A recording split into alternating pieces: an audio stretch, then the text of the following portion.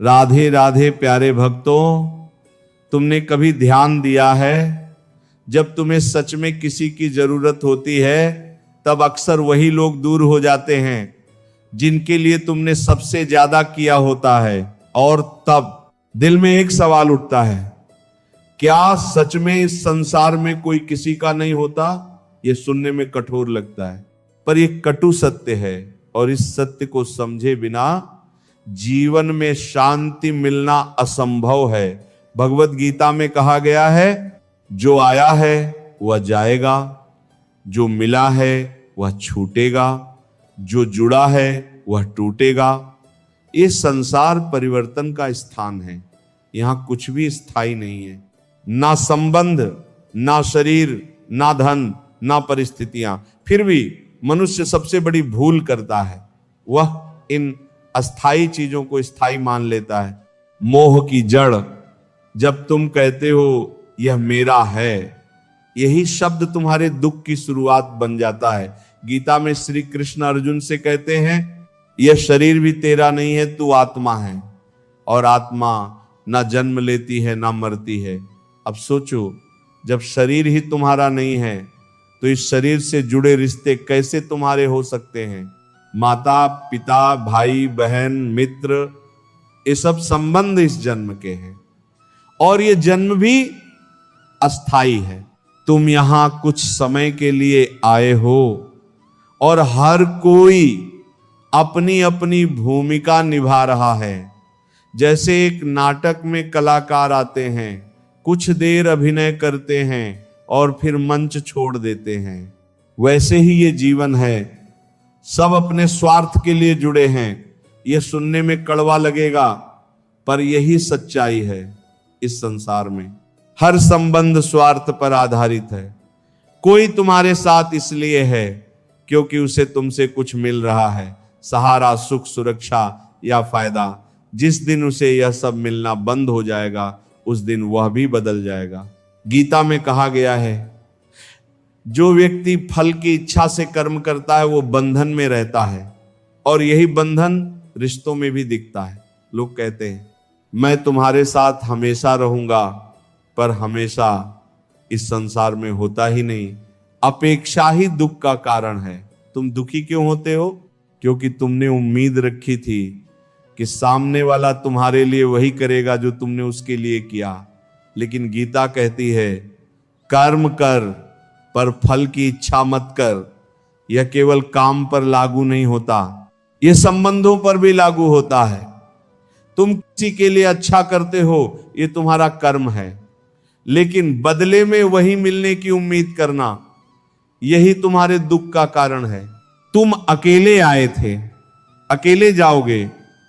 एक पल के लिए आंखें बंद करो और सोचो, जब तुम इस संसार में आए थे तब तुम्हारे साथ कौन था? कोई नहीं।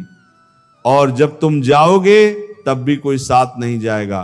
गीता में स्पष्ट कहा गया है, आत्मा अकेली आती है और अकेली ही जाती है। तो फिर ये मेरा और तेरा का खेल किस लिए? ये केवल मन का भ्रम है। सच्चा साथी कौन है? अब सवाल उठता है। अगर कोई किसी का नहीं है तो फिर हमारा अपना कौन है? गीता इसका उत्तर देती है, तुम्हारा सच्चा साथी तुम्हारा आत्मा है और परमात्मा है। बाकी सब अस्थाई हैं। लोग आएंगे, कुछ समय साथ रहेंगे और फिर चले जाएंगे, लेकिन तुम्हारा आत्मा हर जन्म में तुम्हारे साथ रहता है। समझ की शुरुआत, जब ये बात तुम्हारे भीतर उतर जाती है कि इस संसार में कोई किसी का नहीं है, तब तुम्हारे अंदर एक परिवर्तन शुरू होता है। तुम लोगों से उम्मीद रखना छोड़ देते हो, तुम खुद को समझने लगते हो, तुम अपने कर्म पर ध्यान देने लगते हो, और सबसे बड़ी बात, तुम भीतर से मजबूत हो जाते हो। अब तुम्हें किसी के जाने का डर नहीं रहता, क्योंकि तुम जान चुके हो कोई स्थायी था ही नहीं। असली ज्ञान क्या है? ज्ञान का मतलब ये नहीं कि तुम बहुत कुछ पढ़ लो। ज्ञान का मतलब है सत्य को स्वीकार करना, और सत्य यही है, कोई तुम्हारा नहीं है, कुछ भी स्थायी नहीं है, सब कुछ बदलने वाला है। जब तुम इस सत्य को स्वीकार कर लेते हो तब तुम्हारा जीवन बदल जाता है। एक गहरी बात समझो, तुम्हें लोगों से दूर नहीं होना है, तुम्हें लोगों से जुड़ना है, पर बिना मोह के। गीता में कहा गया है, जिसने मोह छोड़ दिया वही मुक्त हो गया। मोह का मतलब है ये हमेशा मेरे साथ रहेगा, और यही सबसे बड़ा भ्रम है। अब तुम क्या करोगे? अब सवाल ये नहीं कि कौन तुम्हारा है, सवाल ये है कि तुम खुद अपने लिए क्या हो। क्या तुम अपने साथ खड़े हो? क्या तुम खुद को समझते हो? क्या तुम अपने जीवन का उद्देश्य जानते हो? अगर नहीं तो तुम्हें सबसे पहले खुद को जानना होगा। इस संसार में कुछ भी स्थायी नहीं है, हर संबंध अस्थायी है। अपेक्षा ही दुख का कारण है, आत्मा ही सच्चा साथी है। मोह छोड़ना ही मुक्ति है। जब तुम यह समझ जाओगे कि इस संसार में कोई किसी का नहीं है, तब तुम रोना बंद कर दोगे, तब तुम शिकायत करना बंद कर दोगे, तब तुम मजबूत बन जाओगे, और तभी तुम्हारा असली जीवन शुरू होगा। जब यह सत्य तुम्हारे भीतर उतर जाता है कि इस संसार में कोई किसी का नहीं है, तब जीवन एकदम खाली सा लगने लगता है। मन पूछता है, अगर कोई मेरा नहीं है तो फिर मैं किसके लिए जीऊं, किसके लिए मेहनत करूं, किसके लिए अच्छा बनूं? यहीं से असली ज्ञान की शुरुआत होती है। जीवन का उद्देश्य बदलो। अब तक तुम दूसरों के लिए जी रहे थे, किसी को खुश करने के लिए, किसी से प्यार पाने के लिए, किसी की उम्मीदों पर खरा उतरने के लिए। पर गीता कहती है, जिसका जीवन दूसरों की अपेक्षाओं पर चलता है वह कभी शांति नहीं पा सकता। जीवन का उद्देश्य बाहर नहीं, भीतर होता है। तुम्हें अब यह समझना होगा, तुम यहां किसी को खुश करने नहीं आए हो, तुम यहां अपने कर्म को पूरा करने आए हो। कर्म ही तुम्हारा धर्म है। श्री कृष्ण अर्जुन से कहते हैं, तुझे केवल कर्म करने का अधिकार है, फल पर नहीं। इसका गहरा अर्थ है, तुम्हारा काम है अपना कर्तव्य निभाना। चाहे कोई तुम्हारी सराहना करे या नहीं, चाहे कोई तुम्हारे साथ रहे या नहीं, अगर तुम यह सोचकर काम करोगे कि लोग क्या कहेंगे, तो तुम कभी सच्चा कर्म नहीं कर पाओगे। स्वयं के लिए जीना सीखो। यह स्वार्थ नहीं है, यह समझ है। जब तुम अपने लिए जीते हो तो तुम किसी पर निर्भर नहीं रहते। तुम्हारी खुशी किसी व्यक्ति पर नहीं टिकी होती, तुम्हारी शांति किसी रिश्ते पर नहीं टिकी होती। गीता में कहा गया है, जो व्यक्ति स्वयं में ही संतुष्ट है वही सच्चा योगी है। अब सोचो, अगर तुम्हारी खुशी तुम्हारे भीतर है तो कोई तुम्हें दुखी कैसे कर सकता है? असली सुख कहाँ है? तुमने हमेशा सोचा सुख बाहर है, अच्छा घर मिलेगा तो सुख मिलेगा, अच्छी गाड़ी होगी तो सुख मिलेगा, अच्छे लोग साथ होंगे तो सुख मिलेगा। पर क्या सच में ऐसा हुआ? जितना मिला उतनी ही नई इच्छाएं बढ़ती गई। गीता कहती है, इच्छाएं कभी समाप्त नहीं होती, और इच्छाओं के पीछे भागने वाला कभी संतुष्ट नहीं होता। असली सुख बाहर नहीं है, असली सुख भीतर है। मन को नियंत्रित करना सीखो। तुम्हारा सबसे बड़ा मित्र भी मन है और सबसे बड़ा शत्रु भी मन है। अगर मन तुम्हारे नियंत्रण में है तो जीवन आसान हो जाएगा। अगर मन तुम्हें नियंत्रित कर रहा है तो जीवन दुख से भर जाएगा। श्री कृष्ण कहते हैं, जिसने अपने मन को जीत लिया उसने संसार को जीत लिया। अब सवाल है, मन को कैसे नियंत्रित करें? वैराग्य और अभ्यास। गीता में दो रास्ते बताए गए हैं। एक, अभ्यास, बार बार सही चीज करना। दो, वैराग्य, गलत चीजों से दूरी बनाना। जब तुम बार बार अपने मन को सही दिशा में लगाते हो तो धीरे धीरे मन शांत होने लगता है। और जब तुम उन चीजों से दूरी बनाते हो जो तुम्हें अंदर से कमजोर करती हैं, तो मन मजबूत होने लगता है। लोगों से नहीं, खुद से जुड़ो। तुमने हमेशा लोगों से जुड़ने की कोशिश की, दोस्ती, रिश्ते, प्यार, पर गीता सिखाती है सबसे पहले खुद से जुड़ो। जब तुम खुद को समझ लेते हो तब तुम्हें किसी और की जरूरत महसूस नहीं होती। तुम अकेले होकर भी अधूरे नहीं लगते। संबंध रखो पर बंधन मत बनाओ। जीवन में रिश्ते जरूरी हैं पर उनसे बंध जाना जरूरी नहीं है। तुम लोगों से मिलो, उनके साथ समय बिताओ, उनकी मदद करो, पर यह मत सोचो कि वे हमेशा तुम्हारे साथ रहेंगे। गीता कहती है जो व्यक्ति आसक्ति छोड़कर संबंध निभाता है वही सच्चा ज्ञानी है। डर खत्म हो जाएगा जब तुम यह समझ जाते हो कि कोई तुम्हारा नहीं है, तब तुम्हारा सबसे बड़ा डर खत्म हो जाता है, खोने का डर। अब तुम्हें किसी के जाने का डर नहीं रहेगा, किसी के बदलने का डर नहीं रहेगा, क्योंकि तुम जान चुके हो सब कुछ अस्थाई है।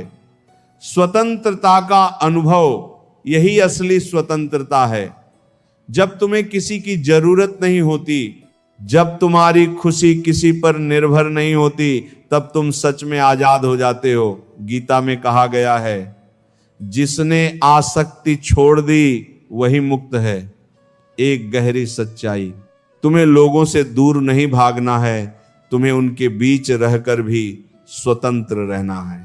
ये कठिन लगता है पर यही सच्चा ज्ञान है। तुम अपने कर्तव्य निभाओ पर अपने मन को किसी के साथ मत बांधो। अब जीवन कैसे जिए? अपना कर्म पूरी ईमानदारी से करो, किसी से अपेक्षा मत रखो, अपनी खुशी अपने भीतर खोजो, मन को नियंत्रित करो, संबंध निभाओ पर आसक्ति मत रखो। जब तुम समझ जाते हो कि कोई किसी का नहीं है, तब तुम्हें यह भी समझना होगा जीवन कैसे जीना है। और गीता का उत्तर स्पष्ट है, अपने कर्म पर ध्यान दो, अपने मन को संभालो, अपने भीतर शांति खोजो। जब तुम ऐसे जीने लगते हो तो तुम्हें किसी के साथ की जरूरत नहीं रहती। फिर भी तुम अकेले नहीं होते, क्योंकि अब तुम खुद के साथ हो। तुम सोचते हो कि तुम्हारा दुख लोगों की वजह से है, पर सच्चाई यह है तुम्हारा दुख किसी व्यक्ति से नहीं, तुम्हारे अपने मन से पैदा होता है। जिस दिन ये बात समझ में आ जाती है उसी दिन जीवन बदलने लगता है। मन का खेल समझो, एक ही घटना होती है, दो लोग उसे अलग अलग तरीके से देखते हैं। एक व्यक्ति टूट जाता है, दूसरा उसी परिस्थिति में और मजबूत हो जाता है। ऐसा क्यों? क्योंकि घटना समान है पर मन अलग है। गीता में कहा गया है मनुष्य का मन ही उसका मित्र है और मन ही उसका शत्रु है। अगर मन सही दिशा में है तो हर परिस्थिति तुम्हें आगे बढ़ाएगी। अगर मन भटका हुआ है तो हर अच्छी चीज भी तुम्हें दुख देगी। मन क्यों भटकता है? मन हमेशा बाहर की ओर भागता है, नई चीजें, नए लोग, नई इच्छाएं, और ये कभी रुकता नहीं। गीता कहती है इच्छा से क्रोध पैदा होता है, क्रोध से मोह, और मोह से बुद्धि नष्ट हो जाती है। एक पूरा चक्र है। इच्छा से क्रोध, क्रोध से मोह, मोह से भ्रम, भ्रम से पतन। अब सोचो तुम दिन भर क्या कर रहे हो? इच्छाओं के पीछे भाग रहे हो, और यही तुम्हारे दुख का मूल कारण है, इच्छाओं का जाल। तुम सोचते हो बस ये मिल जाए फिर मैं खुश हो जाऊंगा, पर जैसे ही वह चीज मिलती है तुम्हारा मन कुछ और मांगने लगता है। ये अंतहीन चक्र है। गीता में कहा गया है इच्छाएं अग्नि की तरह हैं, जितना उन्हें बढ़ाओगे उतनी ही बढ़ेंगी। तो समाधान क्या है? इच्छाओं को खत्म करना नहीं, इच्छाओं के पीछे भागना छोड़ना है, मन को रोकना नहीं, समझना है। बहुत लोग कोशिश करते हैं मन को जबरदस्ती रोकने की, पर यह गलत तरीका है। मन को दबाओगे तो वह और जोर से उठेगा। गीता सिखाती है मन को समझो, उसे सही दिशा दो। जैसे एक छोटे बच्चे को प्यार से समझाया जाता है, वैसे ही मन को संभालना पड़ता है। ध्यान का असली अर्थ लोग सोचते हैं, ध्यान का मतलब है आंख बंद करके बैठ जाना, पर गीता के अनुसार ध्यान का मतलब है मन को एक स्थान पर स्थिर करना। जब तुम अपने काम में पूरी तरह डूब जाते हो, जब तुम्हारा ध्यान भटकता नहीं, वही ध्यान है। वर्तमान में रहना सीखो। मन हमेशा दो जगह भागता है, या तो अतीत में या भविष्य में, और दोनों ही जगह दुख है। अतीत में पछतावा है, भविष्य में डर है, शांति केवल वर्तमान में है। गीता कहती है जो वर्तमान में स्थित है वही स्थिर बुद्धि वाला है। तुलना करना छोड़ो। मन की एक और आदत है तुलना करना। उसके पास यह है, मेरे पास नहीं, वह मुझसे आगे है। यही सोच तुम्हें अंदर से कमजोर करती है। गीता सिखाती है हर व्यक्ति अपने कर्म के अनुसार चलता है। तुम्हारा रास्ता अलग है, दूसरों का रास्ता अलग है। तुलना करने का कोई अर्थ नहीं। मन को मजबूत कैसे बनाएं? गीता के अनुसार 3 मुख्य उपाय हैं। 1, अभ्यास, हर दिन अपने मन को सही दिशा में लगाओ। 2, वैराग्य, जो चीजें तुम्हें कमजोर करती हैं उनसे दूरी बनाओ। 3, संतुलन, जो सुख और दुख में समान रहता है वही स्थिर बुद्धि वाला है। प्रतिक्रिया देना बंद करो। जब कोई तुम्हारे साथ गलत करता है तुम तुरंत प्रतिक्रिया देते हो। गुस्सा, दुख, निराशा, पर गीता सिखाती है प्रतिक्रिया मत दो, समझ के साथ उत्तर दो। जब तुम बिना सोचे प्रतिक्रिया देते हो तब मन तुम्हें नियंत्रित कर रहा होता है। जब तुम समझकर उत्तर देते हो तब तुम मन को नियंत्रित कर रहे होते हो। अकेलापन क्यों लगता है? तुम कहते हो मुझे अकेलापन लगता है, पर सच्चाई यह है तुम खुद से जुड़े नहीं हो, इसलिए अकेलापन लगता है। जब तुम अपने साथ सहज हो जाते हो तब अकेलापन खत्म हो जाता है। गीता में कहा गया है जो स्वयं में स्थित है वही पूर्ण है। मन को दिशा दो, भागने मत दो। मन को खाली छोड़ दोगे तो वह तुम्हें गलत दिशा में ले जाएगा। इसीलिए जरूरी है अपने समय का सही उपयोग करो, अपने लक्ष्य पर ध्यान दो, अपने विचारों को शुद्ध रखो। एक गहरी समझ, तुम्हें अपने मन से लड़ना नहीं है, तुम्हें अपने मन को अपना मित्र बनाना है। जब मन तुम्हारा मित्र बन जाएगा तो जीवन सरल हो जाएगा। मन ही दुख और सुख का कारण है। इच्छाएं दुख का मूल कारण है। वर्तमान में रहना ही शांति है। तुलना करना बंद करो। मन को अभ्यास और वैराग्य से नियंत्रित करो। जब तुम अपने मन को समझ लेते हो तो तुम्हें किसी बाहरी सहारे की जरूरत नहीं रहती, क्योंकि अब तुम्हारा सबसे बड़ा सहारा तुम्हारा अपना मन बन चुका होता है। तुम हर दिन कुछ ना कुछ कर रहे हो। सोचना भी कर्म है, बोलना भी कर्म है और करना भी कर्म है। पर क्या तुम जानते हो यही कर्म तुम्हें बांध भी रहा है और मुक्त भी कर सकता है। जीवन का सबसे बड़ा रहस्य यही है। कर्म से भागने में नहीं, कर्म को समझने में मुक्ति है। कर्म से कोई बच नहीं सकता। तुम चाहे कुछ करो या ना करो फिर भी तुम कर्म कर रहे हो। अगर तुम बैठे हो तो बैठना भी एक कर्म है। अगर तुम सोच रहे हो तो सोचना भी एक कर्म है। गीता में कहा गया है कोई भी व्यक्ति एक क्षण के लिए भी बिना कर्म किए नहीं रह सकता। तो सवाल ये नहीं है कि कर्म करना है या नहीं, सवाल ये है कि कर्म कैसे करना है। बंधन कैसे बनता है? जब तुम कोई काम करते हो और उसके परिणाम से जुड़ जाते हो, यहीं से बंधन शुरू होता है। तुम सोचते हो मुझे ये काम करना है ताकि मुझे ये फल मिले, और जैसे ही तुम्हारा मन फल से जुड़ता है तुम चिंता में आ जाते हो। अगर ऐसा नहीं हुआ तो, अगर मैं असफल हो गया तो, यही चिंता, यही डर तुम्हें अंदर से कमजोर कर देता है। निष्काम कर्म क्या है? गीता का सबसे गहरा सिद्धांत है निष्काम कर्म, मतलब कर्म करो पर फल की इच्छा मत रखो। इसका अर्थ यह नहीं है कि तुम लक्ष्य ही छोड़ दो, इसका अर्थ है तुम अपना पूरा प्रयास करो पर परिणाम को अपने मन से मत जोड़ो। क्यों जरूरी है निष्काम कर्म?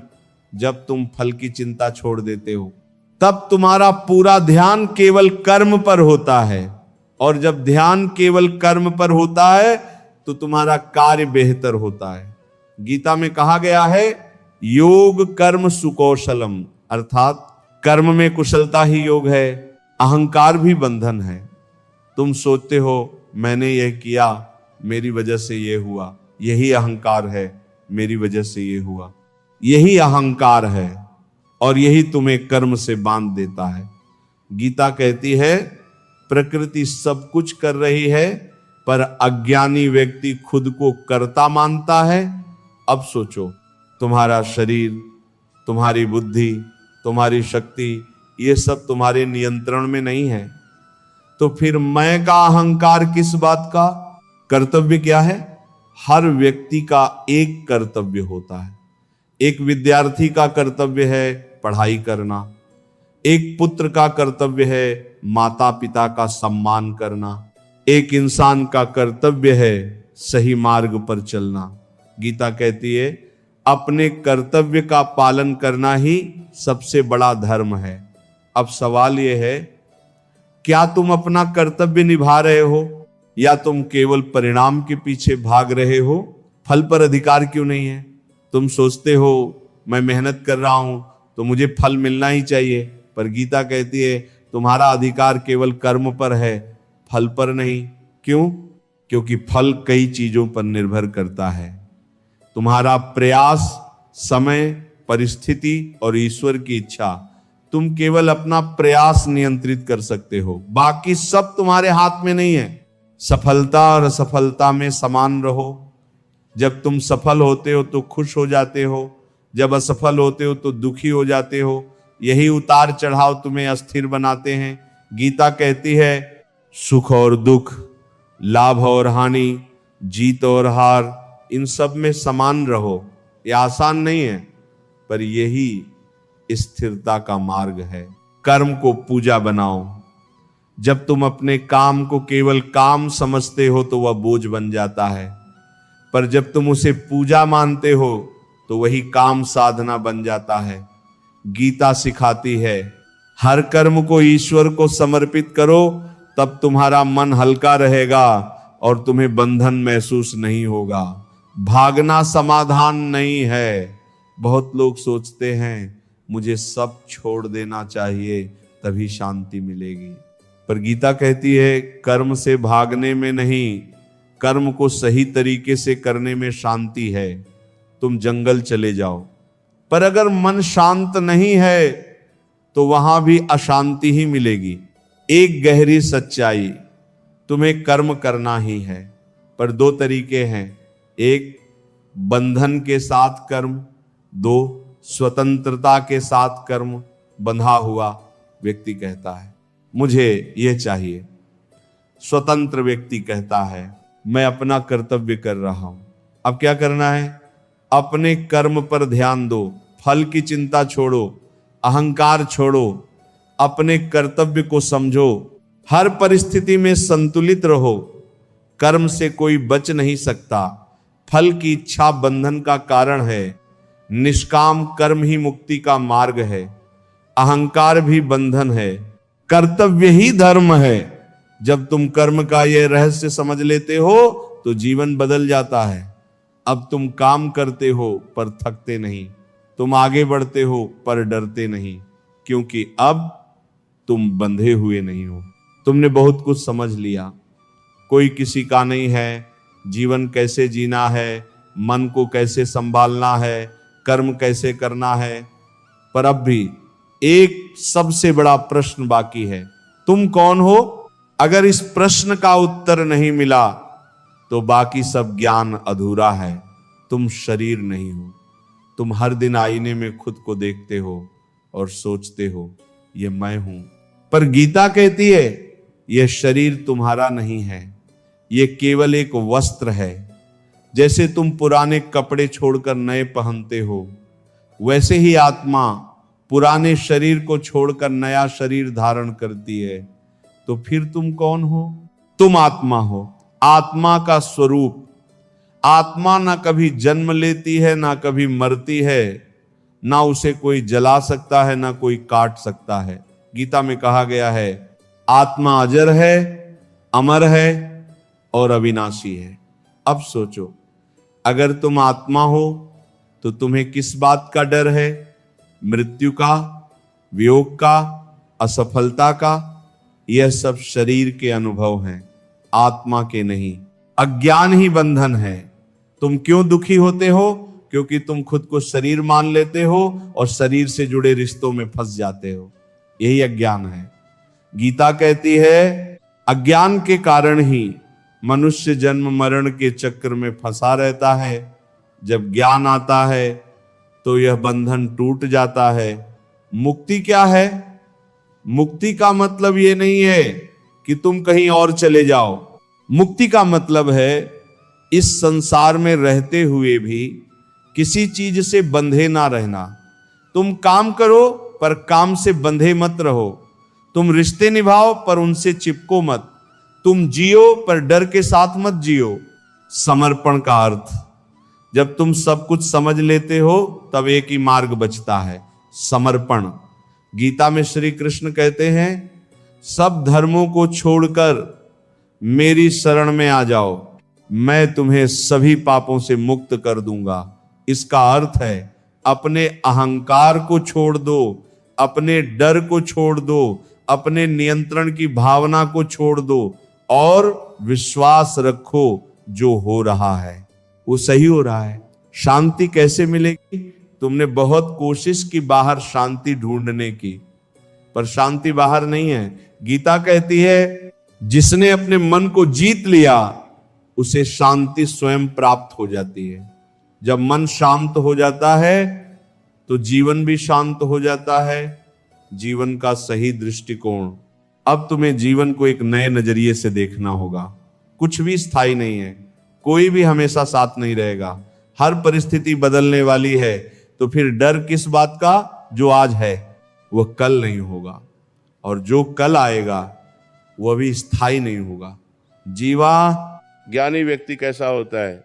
गीता के अनुसार वह किसी से आसक्त नहीं होता, वह सुख और दुख में समान रहता है, वह अपने कर्तव्य को पूरी निष्ठा से निभाता है, वह अपने भीतर ही संतुष्ट रहता है। वह बाहर से सामान्य दिखता है पर अंदर से पूरी तरह मुक्त होता है। तुम्हारा असली उद्देश्य, तुम यहाँ केवल जीने के लिए नहीं आए हो, तुम यहाँ समझने के लिए आए हो, खुद को समझने के लिए। जब तुम खुद को जान लेते हो तो सब कुछ स्पष्ट हो जाता है। एक अंतिम गहरी बात, तुम इस संसार को बदलने की कोशिश करते हो पर असली परिवर्तन भीतर होता है। जब तुम बदलते हो तो तुम्हारी दुनिया बदल जाती है। अब तुम क्या करोगे? अब तुम्हारे पास दो रास्ते हैं, एक वही पुराना जीवन जीना मोह, अपेक्षा, दुख के साथ, या इस ज्ञान को अपनाना समझ, शांति और स्वतंत्रता के साथ। निर्णय तुम्हारा है, कोई किसी का नहीं है। जीवन का उद्देश्य भीतर है, मन ही बंधन और मुक्ति है। कर्म को समझना जरूरी है। आत्मा ही सत्य है। जिस दिन तुम खुद को जान लोगे उस दिन तुम्हें कुछ भी पाने की जरूरत नहीं रहेगी, क्योंकि तब तुम समझ जाओगे तुम पहले से ही पूर्ण हो। अगर यह ज्ञान तुम्हारे भीतर कुछ बदल गया है, अगर तुम्हें लगा कि यह केवल शब्द नहीं बल्कि जीवन की सच्चाई है, तो इस ज्ञान को अपने तक मत रखो, इसे उन लोगों तक पहुंचाओ जो अभी भी मोह और दुख में फंसे हुए हैं। और अगर तुम ऐसे ही गहरे ज्ञान को समझना चाहते हो तो इस यात्रा का हिस्सा बनो, क्योंकि यहाँ हम केवल सुनते नहीं, हम समझते हैं और बदलते हैं।